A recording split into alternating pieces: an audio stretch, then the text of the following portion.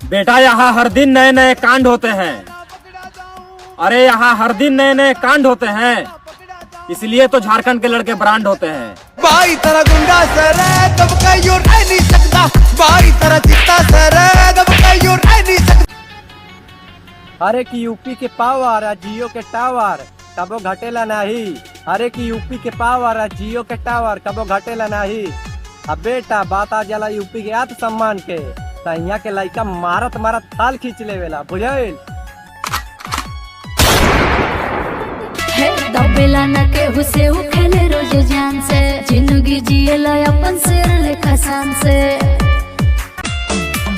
ई झारखंड करे जा, यहाँ मार पहले और FIR बाद में होला, बुझाइल। फोटो छापेला हमेशा अखबार में, रंगदारी चले यूपी बिहार में।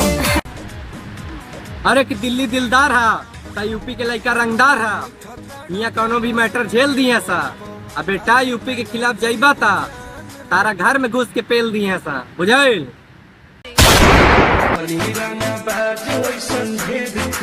अच्छा